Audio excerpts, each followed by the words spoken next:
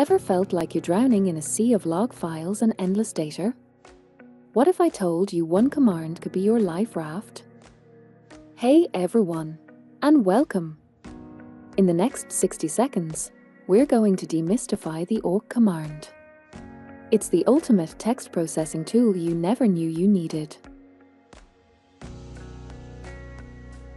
Awk is basically a tiny, powerful spreadsheet for your terminal. It scans a file line by line, sees each word as a column, and then lets you pick out exactly what you need. Think of it as a super smart filter and reporter all in one. Here's a quick example.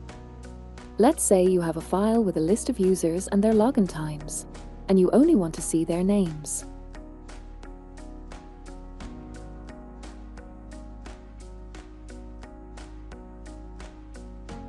The command is simple: cat users.text awk, print $1.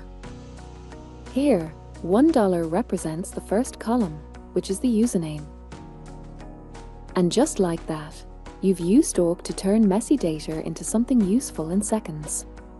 This is just a glimpse of its power, and just like that, you've used awk to simplify a complex task.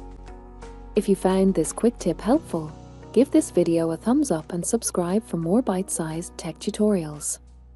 Thanks for watching.